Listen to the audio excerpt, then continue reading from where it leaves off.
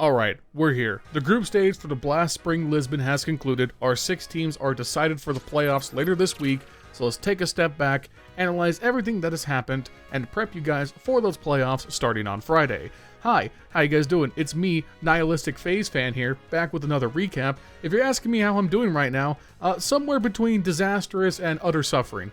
G2 fluked their way into the playoffs playing the worst version of the Mongolz I've ever seen. Meanwhile, FaZe had to play Spirit after losing one series. So as you could tell, everything is pain and I'm not doing great, but that's not going to stop me from bringing this content to you guys. So make sure you take a second, leave a like, leave a comment down below, and subscribe to the channel if you haven't already. It helps out immensely in the YouTube algorithm, as well as with helping me reach 10,000 subscribers by the end of the year. Also, I'm going to keep plugging it for a little while. I helped my brother produce a 3.5-hour video essay on Dragon Age Origins. It's the second such video that he has made. I think it's extremely good. If you have any interest in video essays, long-form content, or just want to help me out, please do me a solid. It's the second link in the description. Go check it out, leave a comment, leave a like, and let him know that I sent you his way. Thank you guys so much, and before we get started, let's go ahead and thank today's sponsor. This video is sponsored by SkinsMonkey, a CS2 trading website. You put in the skins that you want to trade, you select what you want, you use my code LionHeartZ for up to $5 off, or click the top link in the description, and boom, new drip. Nice. You can also use my code for a 35% deposit bonus if you want to buy with real money. And they have a free section with cool giveaways. So check the top link in the description, use my code to buy 15 Dragon Lores to let them know I sent you their way, and thank you to SkinsMonkey for sponsoring this video. Okay, so before we get started, as usual with these group stage recaps, we're going to focus mainly on the teams who did advance, though we will save the section at the end for some of the notable teams who didn't. Before we even get into that though, the first thing we have to talk about with this tournament was how bad the seeding was. This has been talked about widely by other pundits, but it has to be stated anytime we are talking about this tournament, the seeding for the groups was terrible.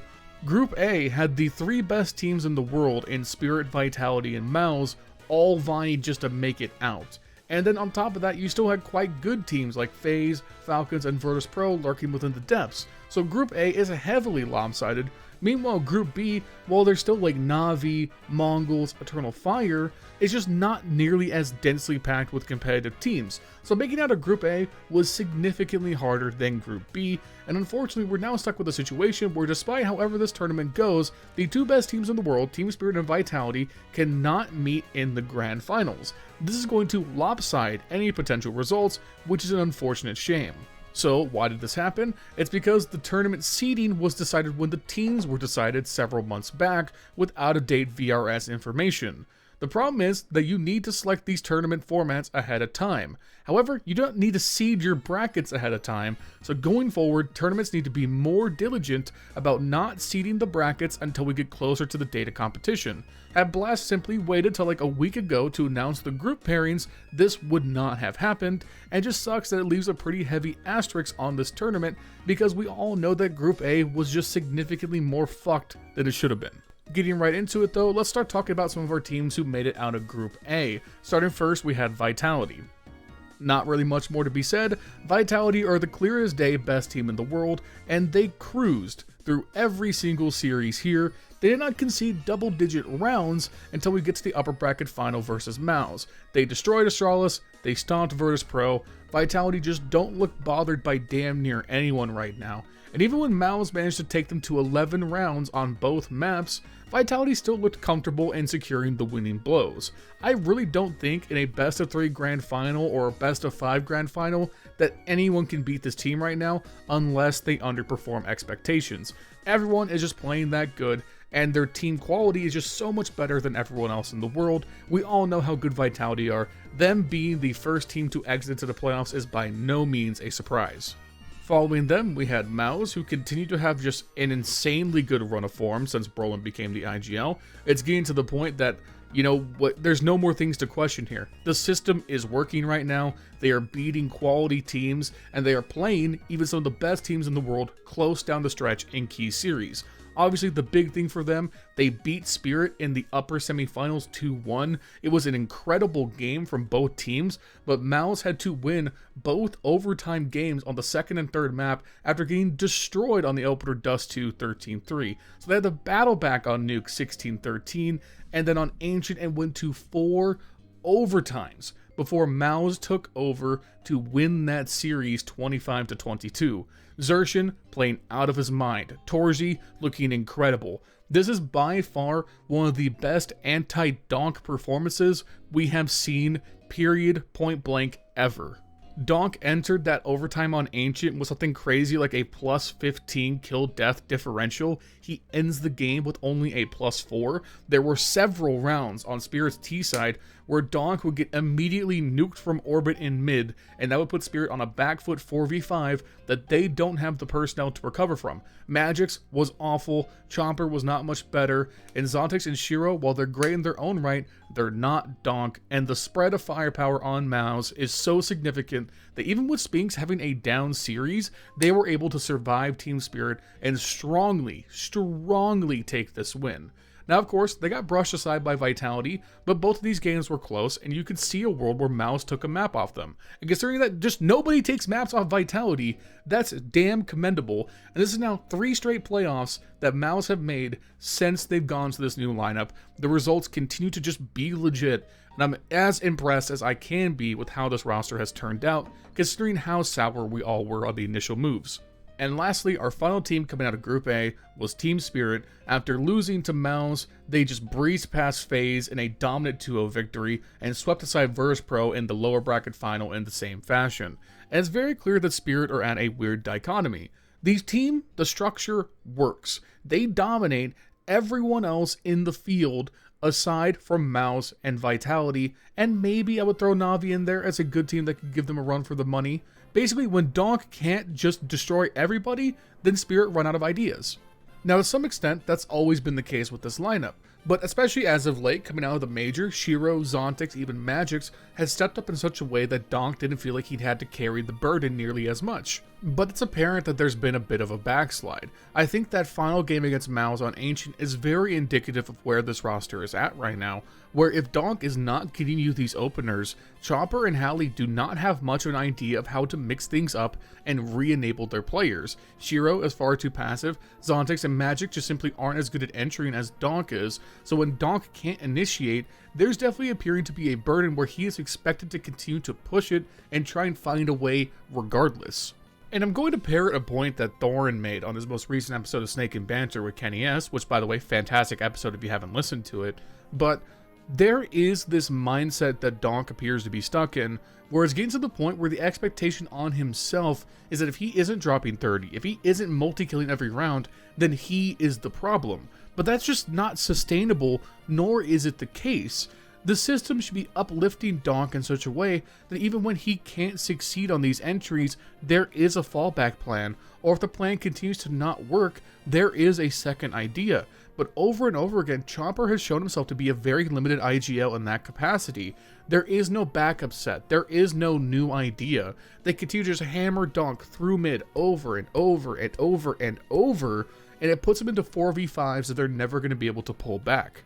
So it can create this toxic relationship for Donk where he's going to get on himself and blame himself when he isn't playing like the best player to ever live. And that expectation is not only not fair to someone who is literally still a child, it's not realistic.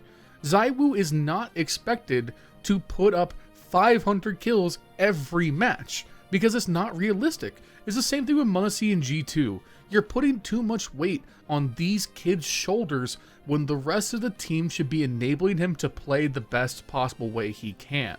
So Spirit are through. They're in the playoffs. They can beat every other team except for MOUZ and Vitality.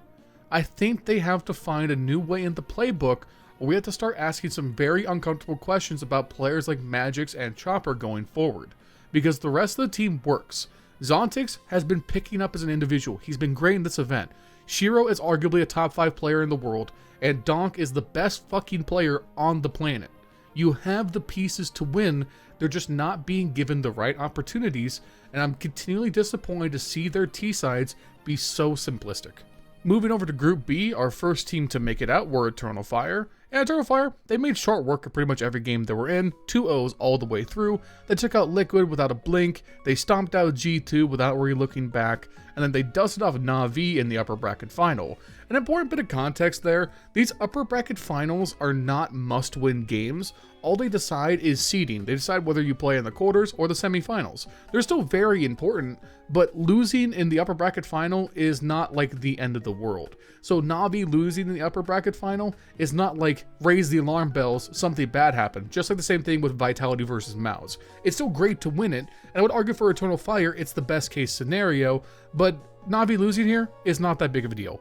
Circling back for Eternal Fire, here I think they just kind of played to their strengths. Zontares was not like take over the world great, but Wakadia is like taking a superstar leap. Like straight up he is. He is currently tied for the 4th best player in the event with Shiro, and he is out of his mind good. Now again, 3 series sample size, but he was also the best player for Eternal Fire back at EPL. He was one of their best players back at Cluj. He's consistently been as good as Zontares to start off this year. And him making that jump is insane because he was not this good last year. He just straight up was not. And him and Jota are adding an X factor of firepower that makes me really have faith in Eternal Fire in a way that I don't in the Mongolz. More on that a little bit later. But in terms of just the Counter-Strike here, this was straightforward. Eternal Fire plowing through to another playoffs. They look really strong. And I think the semifinals gives them just such a good opportunity with how weak the Group B field is, that Eternal Fire not making the grand finals here at Lisbon would be a massive indictment on them. Because look ahead at the playoff bracket. The team they have to be worried the most about is MOUZ. However, I think they can play MOUZ very close in a best-of-3 series. This is their best chance they've had all year to make a grand finals, and they need to capitalize on that. Right there with them, the other team coming out of the upper bracket for Group B was NAVI, and NAVI had a lot of good and a lot of bad here. First off, beating Furia, no big deal, they're a better team than Furia. Beating the Mongolz, getting some vengeance against a team that's continued to vex them is huge, especially because it was a scrappy 3-map series, which there just weren't a lot of in this tournament so far, and they had to survive after getting blitzed on the second map Inferno 13-1 to win 16-13 on Mirage in overtime, and that was a vintage JL carry performance. Hit an epic 4K on the final round of regulation to keep them in the game into overtime. I like that everyone was really working well together, their communication looked up. Bit and Wonderful are having a fantastic tournament in their own right, and Alexi B hasn't been as big of a doorstop in terms of fragging. I think NAVI, they're making the best of their pieces. Their strategy is just never going to be hard to question because we know the strats through Alexi B and Blade are so good. But so far, they've had good performances from their individuals, which has helped them vault back into a playoffs.